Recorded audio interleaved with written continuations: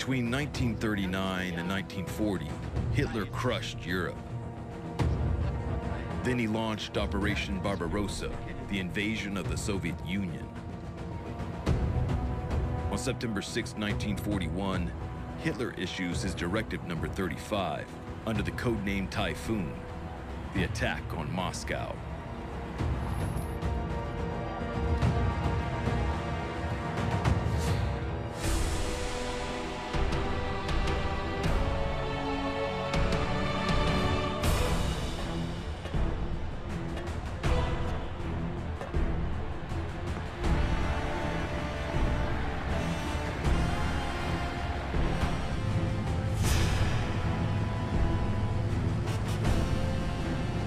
Like all Germans, Hans Bauer, Hitler's personal pilot, is confident. No doubt about it. The Wehrmacht will defeat the Russian army. The Führer will defeat the Red Tsar. This will be the decisive fight.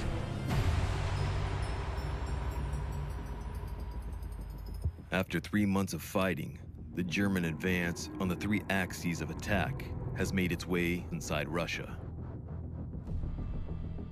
Leningrad is surrounded. Moscow is threatened. In the south, Kharkiv, the major Ukrainian city, is under siege.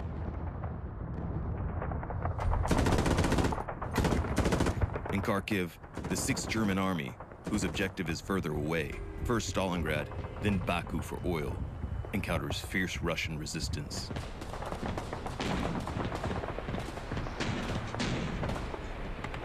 The Red Army has already lost 3 million soldiers.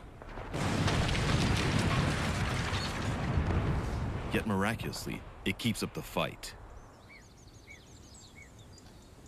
For Hitler, passing through his chalet in the Bavarian Alps, the Berghof, these are only the last battles before the final victory.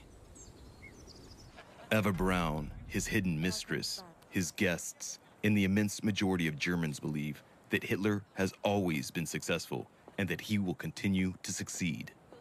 He is a charming, gallant man, and no one suspects or wants to suspect the horrors committed under his orders since the beginning of the invasion, such as the massacre of the Jews.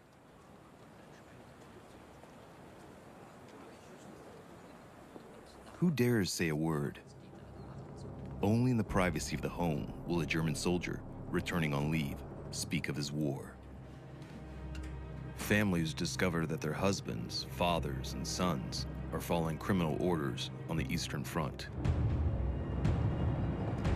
Soldiers tell of the unleashing of anti-Semitism in Ukraine, legitimized by Hitler.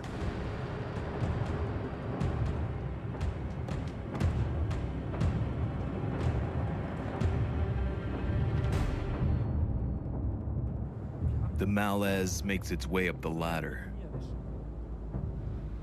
Hitler's generals believe that it may damage the morale of both the troops and the German people.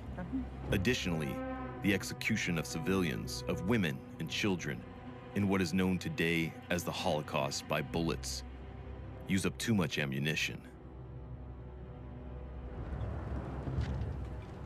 Chief Executioner Heinrich Himmler has commissioned designs for death factories.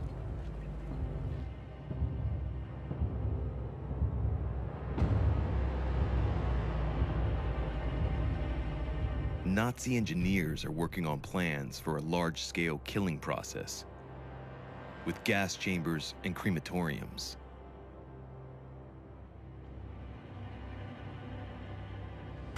Auschwitz in Poland is one of 6 extermination camps. At Auschwitz, some of the prisoners work for German industrialist I.G. Farben. The others are gassed. This is what the Nazis call the final solution.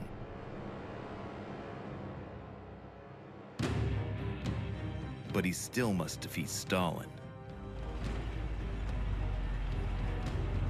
Yesterday's enemies are today's allies. An Englishman, Stafford Cripps, appointed by Churchill as ambassador to Moscow, comes to conclude a military alliance. Molotov, Stalin's shadow, reminds the Russian leader, "Let's not delude ourselves. The capitalists still want to kill us. but they need us.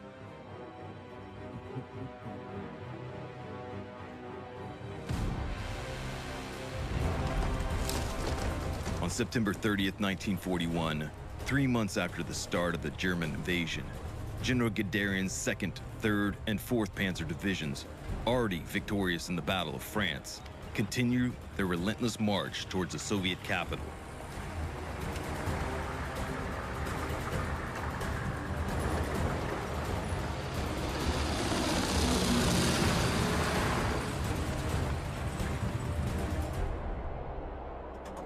Moscow is in a state of panic as early snow falls on the city. Thousands of Muscovites try to flee.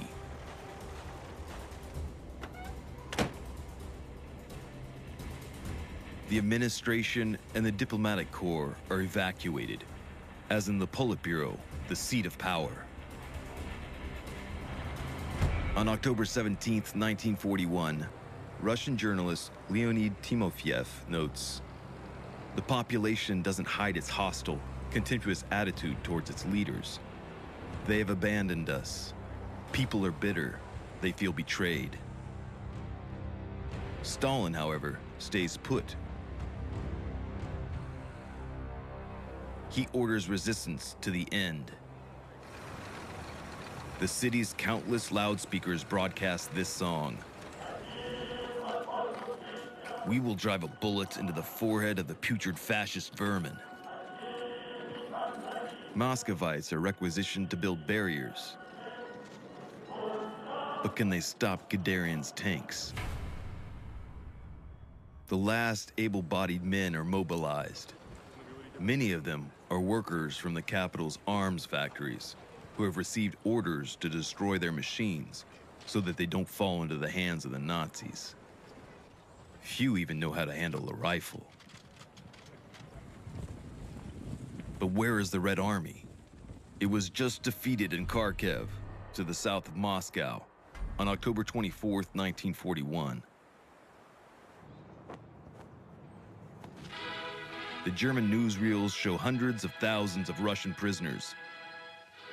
Paradoxically, this worries the spectators. In the cinemas, they whisper to each other, "We already have restrictions and ration cards. How will we ever feed all these men?"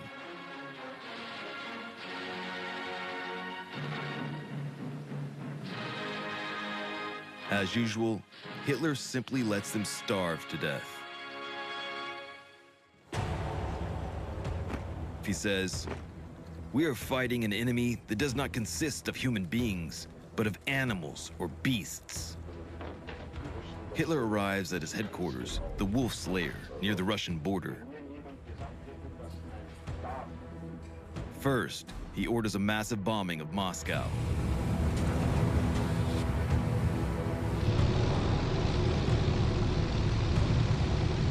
The bombings take place night after night.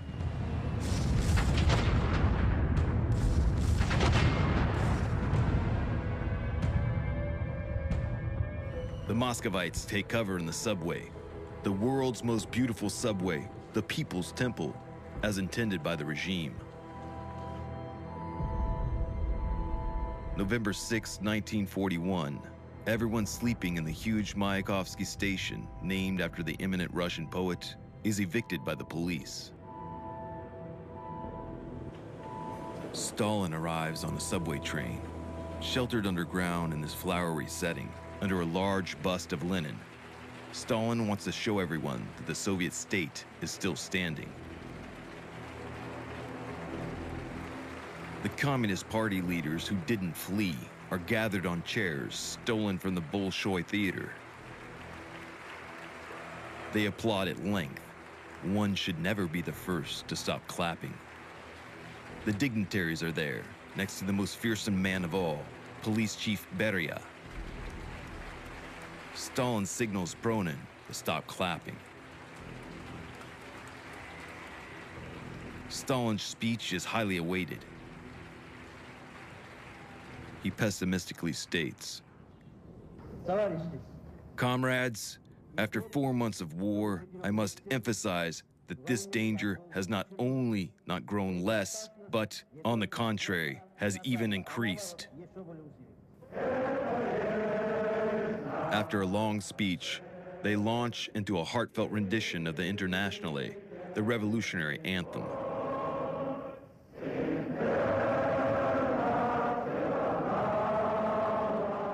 At dawn on November 7th, the following morning, snow and fog ground the German bomber planes. But for how long? Stalin emerges from his shelter for the cameras, only for a few minutes, just enough time to defy Hitler. It is the anniversary of the Bolshevik takeover of 1917. Meager troops march in the traditional parade before returning to combat.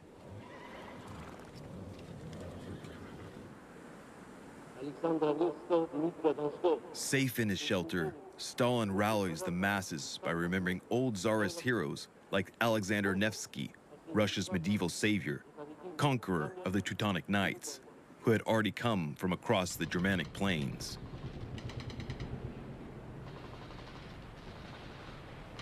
The German advance is relentless.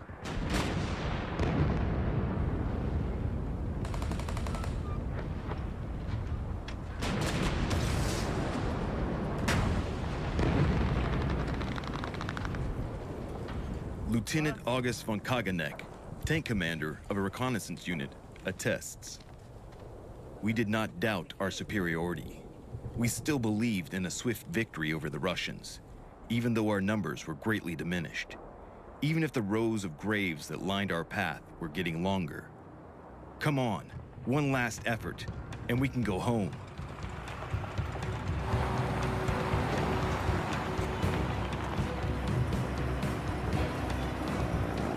The front now is dangerously close to Moscow. But the Russian climate now comes to Stalin's rescue, exacerbating the already unrealistic German invasion plan. The weather is milder, and torrential rains pour down on the front. This is the Rasputitsa, the November rain season, also called the Sea of Mud.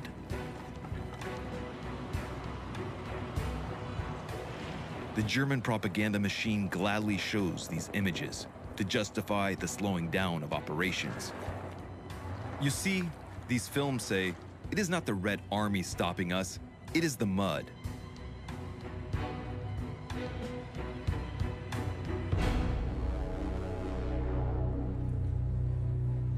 The Nazi leaders begin to worry. On November 8, 1941, they meet up as they do each year in the Munich brewery where Hitler had attempted to seize power 20 years ago. Hitler comes to reassure his followers. He says, "Never before has a gigantic empire been shattered and defeated in a shorter time than the Soviet Union has been this time." However, some voices cautiously suggest that everything should be stopped and that a solution should be found. Hitler then blames Stalin for the conflict. He concludes, "The war can last as long as Stalin wants, but the last battalion on the field will be German." The first attempt on Hitler's life took place in this brewery. There will be 42 in all. Mainly bombs, which he miraculously always manages to avoid. He is especially wary of poison. No gift or food can be touched without first being tested.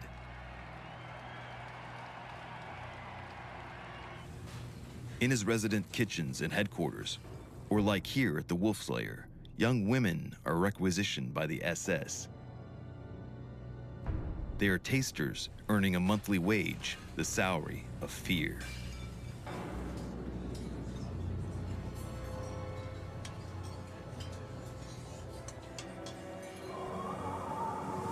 In Russia, hell is icy. It does not burn, it freezes. As of November 15, 1941, after the mud, the temperature drops to -4 Fahrenheit.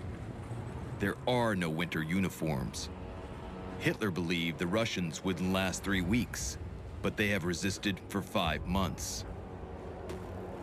General Guderian and his tanks struggle in the snow.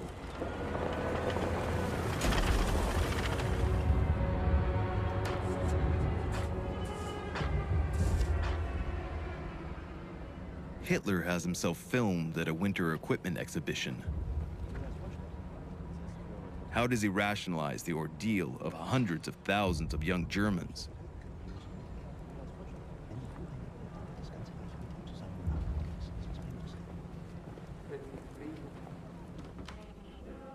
This shocks the Germans.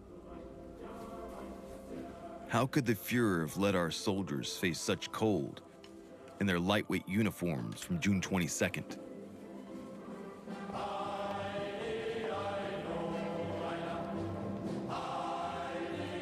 Meanwhile, the propaganda machine asks them to smile.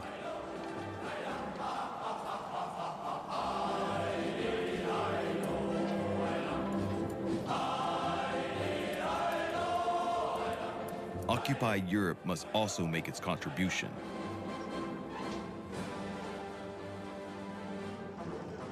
Lustra, a Brussels family business, receives a huge order for rabbit skin jackets. This saves their workers and families from the death camps.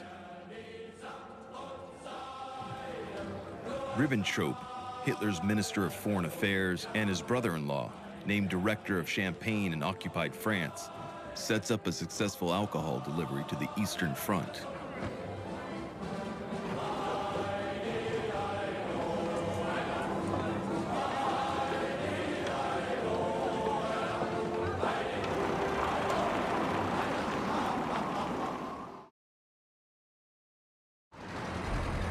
On November 25, 1941, Hitler returns to Berlin to his imposing chancellery. During a ceremony of alliance renewal, he continues to reassure he will rid the Russian soil of its inhabitants. He says, "The goal of my Eastern policy is for 100 million Germans to settle in this colonized land." The first German settlers, welcomed with great fanfare, arrive in the summer of 1941, along with the invasion. They are mostly peasants in charge of taking over the collective farms. They are shocked by the miserable, hostile environment.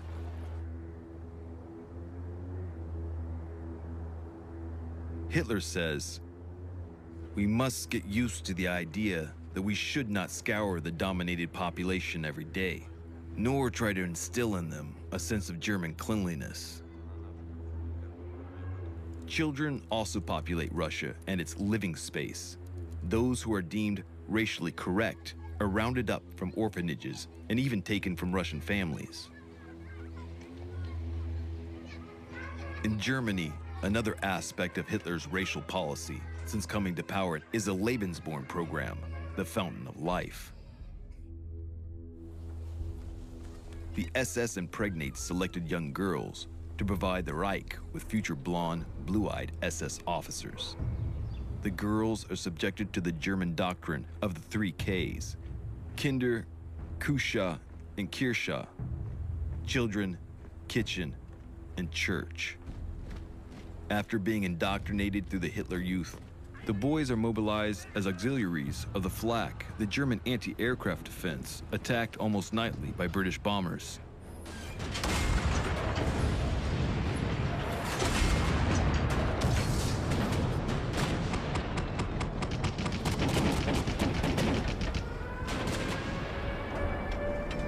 In the cold autumn of 1941, the Germans spend their nights in shelters, praying to return home in the morning.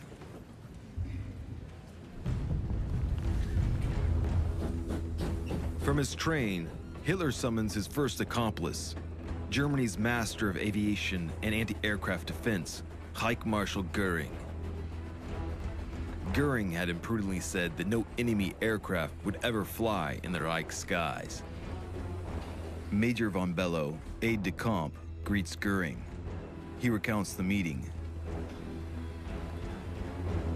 Göring is very popular, therefore Hitler curbs his criticism. He only bitterly tells him, "I will have to take care of the flak cannons myself." Goering replies that all the aircraft are needed on the Eastern Front. Russia is large and its sky is immense. There are no longer enough fighters to defend the hike.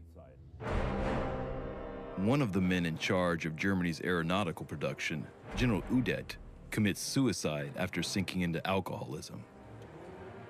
He was the most famous German pilot, a World War I ace, and an aerobatics champion. Could his lavish funeral be a bad omen?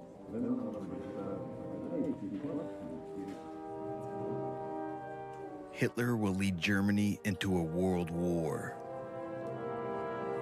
He hesitates for 4 days.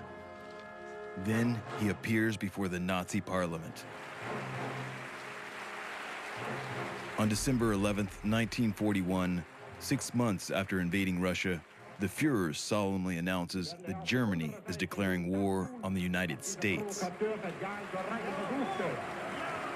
The Reich stands in solidarity with its Japanese ally, who attacked America at Pearl Harbor on December 7th, 1941.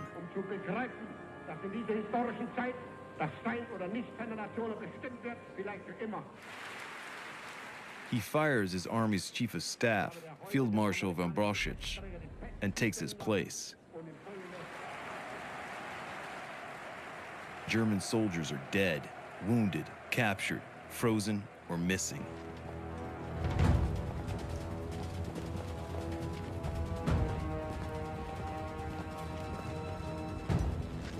The following day, December 12th, 1941, Hitler receives the head of the Dutch Nazis, Anton Merzert, who recruits men for what would be called the Crusade Against Bolshevism.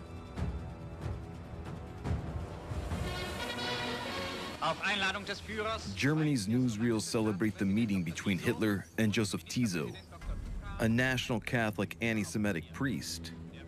Tiso presides over Slovakia, established during Hitler's dismemberment of Czechoslovakia. Tiso promises to send soldiers to Russia. Hitler enlists the help of General Franco, who had defeated the Spanish Republic with his help. Franco cautiously refuses to engage in the war on Germany's side. He merely sends 20,000 phalangists, fanatical fascists, to Russia. These men form the Azul, or Blue Division, and fight alongside the Germans, shouting "Viva la muerte!" Long live death.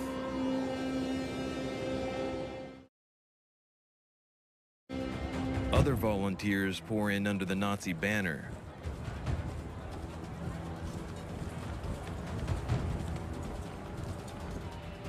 At the Legion of French Volunteers recruitment office in Paris, ideology is not the only reason for the influx of men, young and old, over the past months.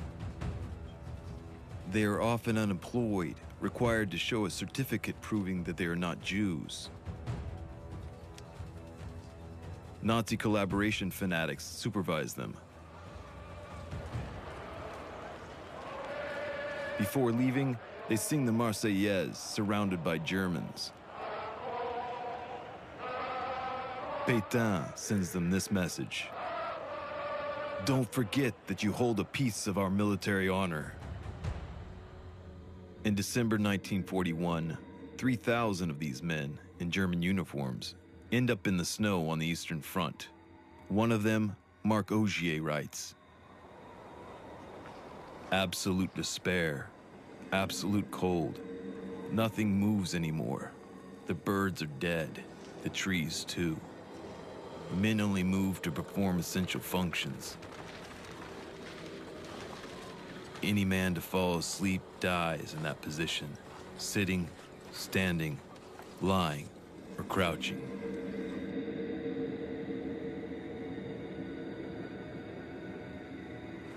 Moscow, December 1941. Word spreads that the Germans are back on the move.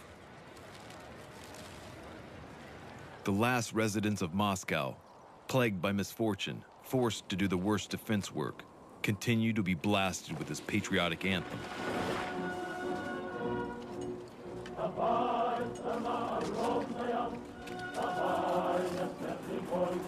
According to the propaganda, it announces the arrival of the Soviet people's best sons, come to defend Moscow. Regiments from Siberia arrive in warm white clothes. Stalin has urgently sent them to Moscow.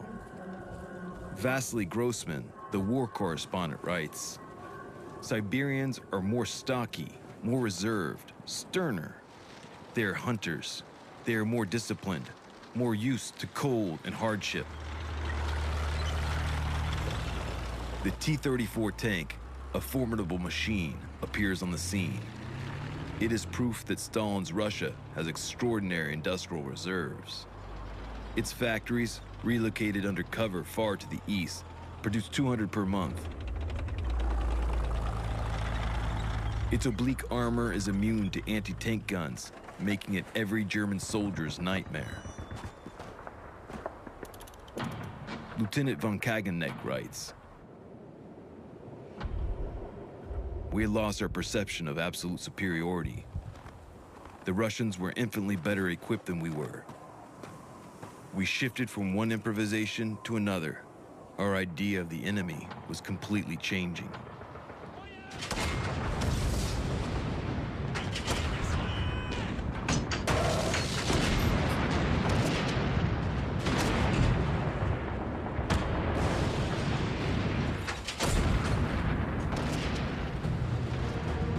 Guderian's tanks reach the end of the bus line leading to Red Square, visible with binoculars.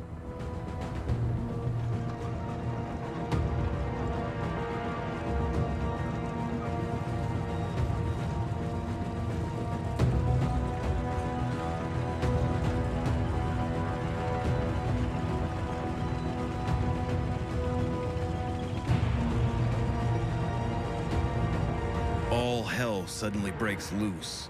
Russia has a new weapon, a multiple rocket launcher, which the Germans nickname Stalin's organ.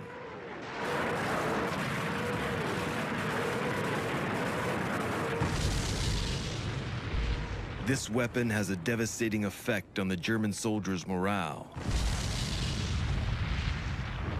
And the Russian generals, Zhukov, Konev, and Rokossovsky, launch their armies on the offensive.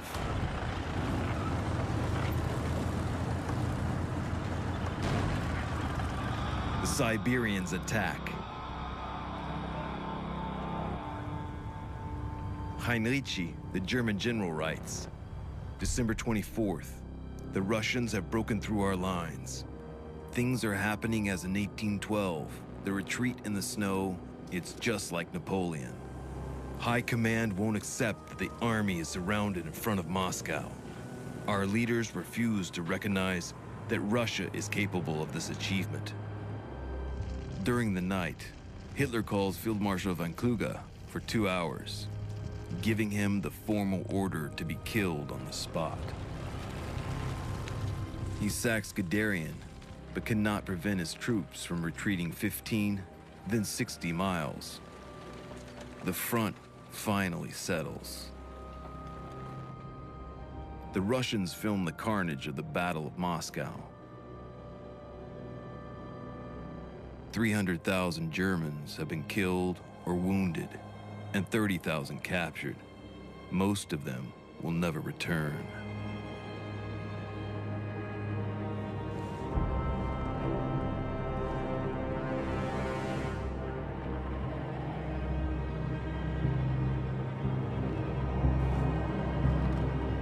"600 miles away, at the Wolf's Lair, Hitler spends Christmas alone.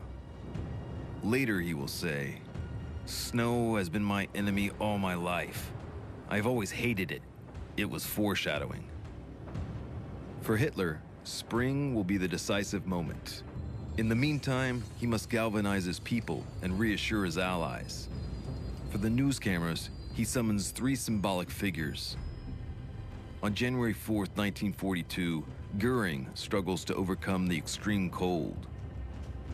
Goering, the embodiment of the Nazi Party, the foundation of power. Then, one of the most important military leaders, Marshal von Bock, he is excessively thin due to a stomach ulcer and very much affected by the situation. For the camera, the Fuhrer wants this older man to look him in the eye, stand straight, and shake his hand, smiling confidently. With General Sepp Dietrich, Hitler wants to show that the SS still protects him and is a force to be reckoned with.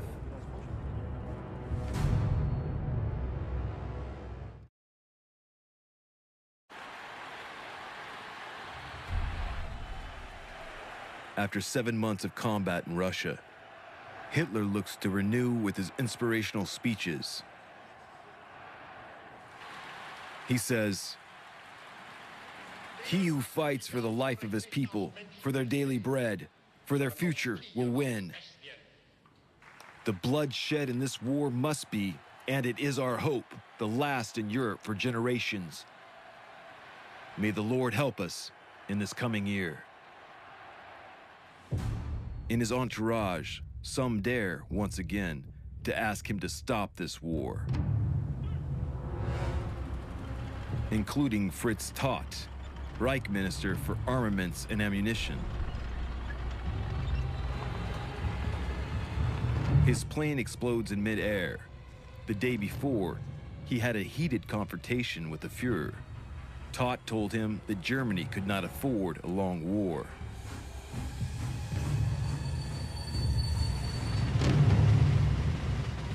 Hitler orders a national funeral. He is exceptionally compassionate toward the family.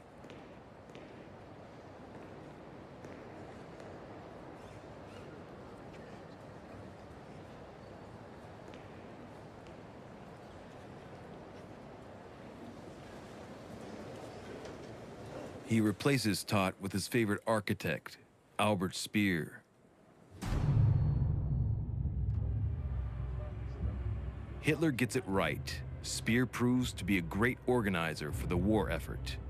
He never hesitates to provide industrialists with hundreds of thousands of slaves taken from the concentration camps.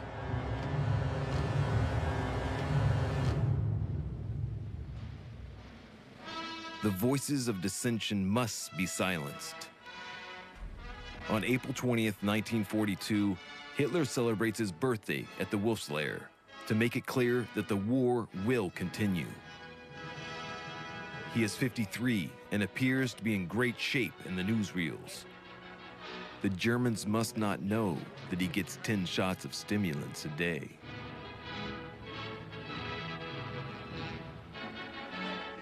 Marshal Keitel, the servile commander-in-chief of the army, wishes him to be victorious in 1942. Goering and Himmler, of course, share this wish. But Ribbentrop, the Minister of Foreign Affairs, also suggests that they come to an agreement with Stalin. Hitler replies, "That won't be possible as long as I'm here. I might as well shoot myself in the head."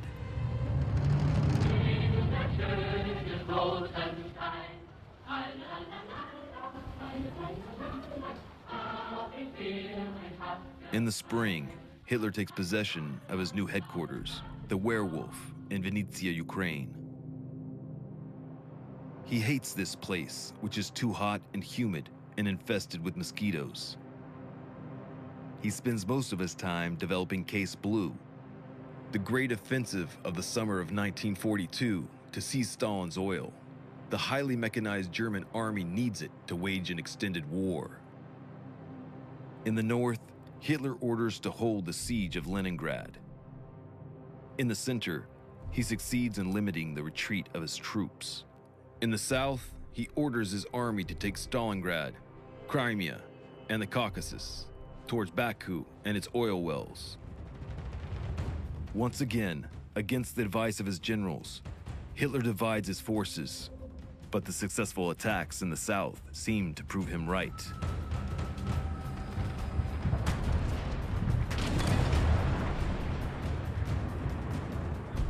Sevastopol, Crimea's great military port, is crushed by giant cannons.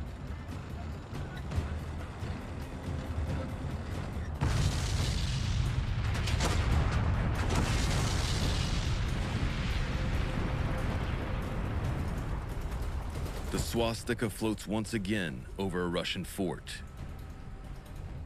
Another victory for General von Manstein, who had already won the Battle of France.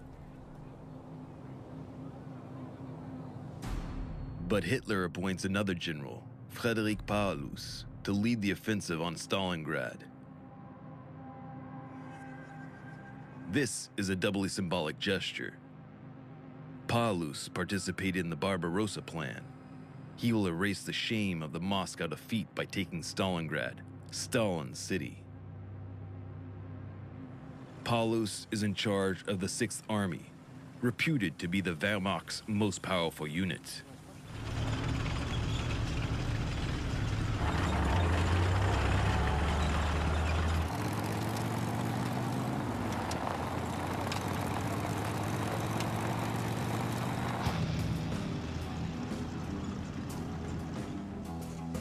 The Lancers, the infantrymen, have been marching for 1,200 miles.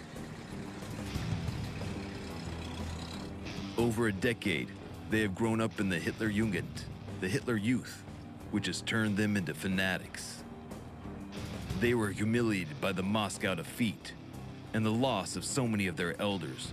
Now they too want their revenge.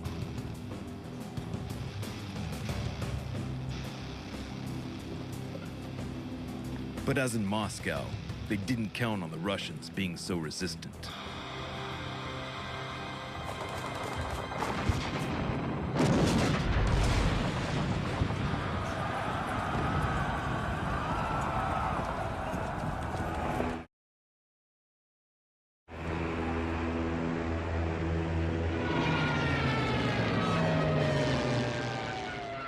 The Germans launched their Stuka dive bombers, which leveled the model city of Stalingrad, the pride of the Soviet regime.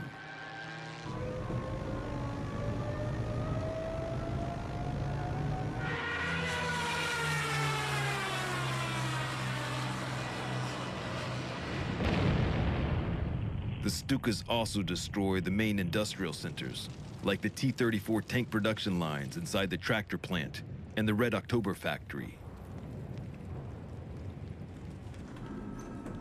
However, the carcasses of twisted steel and city ruins become fortresses for the Russians. They provide shelter for snipers, like Vasily Zaitsev, who kills 225 German soldiers, according to the official story.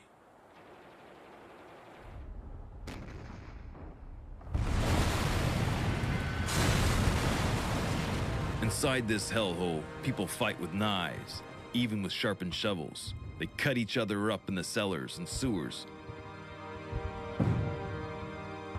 And the months go by.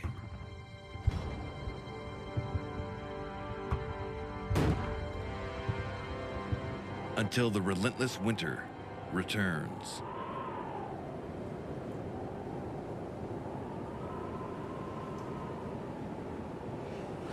The Russians surround the Germans again.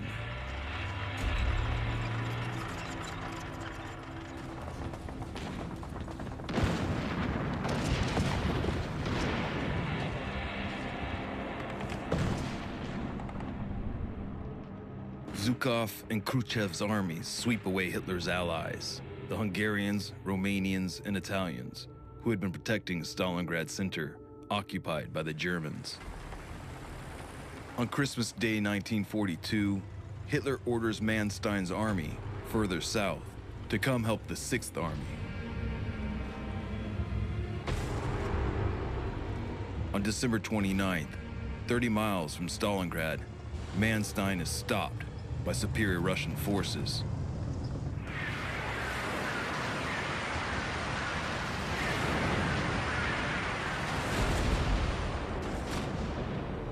For a month, Goering, who had bragged about supplying the troops under siege, mobilizes all available transport planes. They are not equipped for below freezing temperatures, and the Russian fighters shoot down half of them. The few who manage to fly over the entrenched camp provide the very weak troops with barely 7 ounces of bread a day.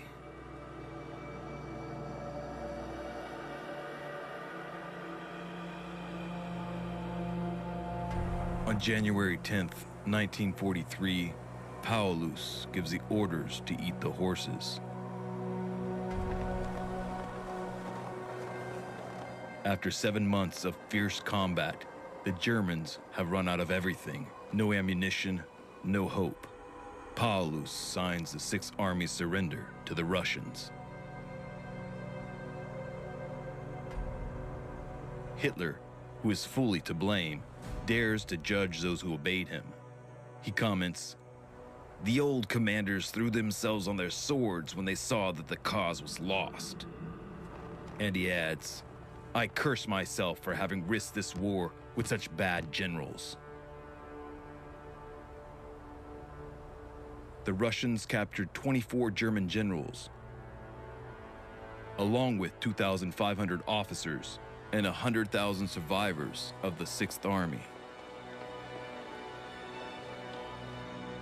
Stalingrad remains one of the bloodiest battles in history. Stalin's Russia lost over 1 million men.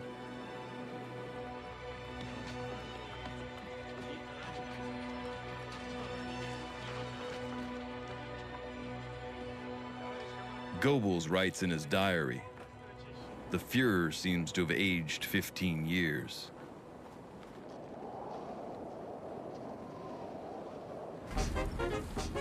In April 1943, a wave of hope sweeps through Rotterdam, Liège, Bordeaux, Belgrade, and Copenhagen. Despite the hardships, the fear, and the German occupation, the news of Hitler's defeat in Stalingrad fills hearts with joy. No, the Nazis are not invincible. The past year has been a dark one for the Germans. Their Japanese allies, initially victorious, were defeated in the Pacific. The Americans sank the Japanese aircraft carriers at Midway, and their famous Zero fighters had to land miserably on the ocean.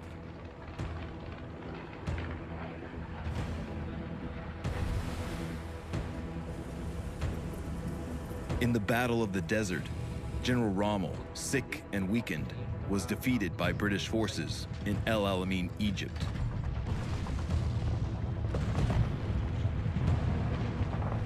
Simultaneously, the Americans and the British landed in North Africa to prepare for the European invasion. This is not the end. It is not even the beginning of the end. But it is perhaps the end of the beginning.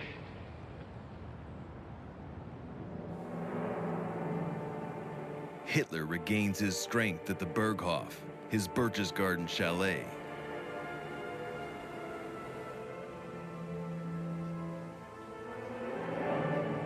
His determination is back.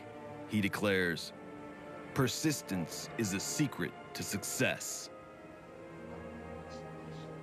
On July 5th, 1943, he prepares to launch the Tigers and the Panthers, his new armored monsters, against the Soviets. He targets their weak link of defense at Kursk in central Russia. Once again, Hitler is about to unleash the apocalypse.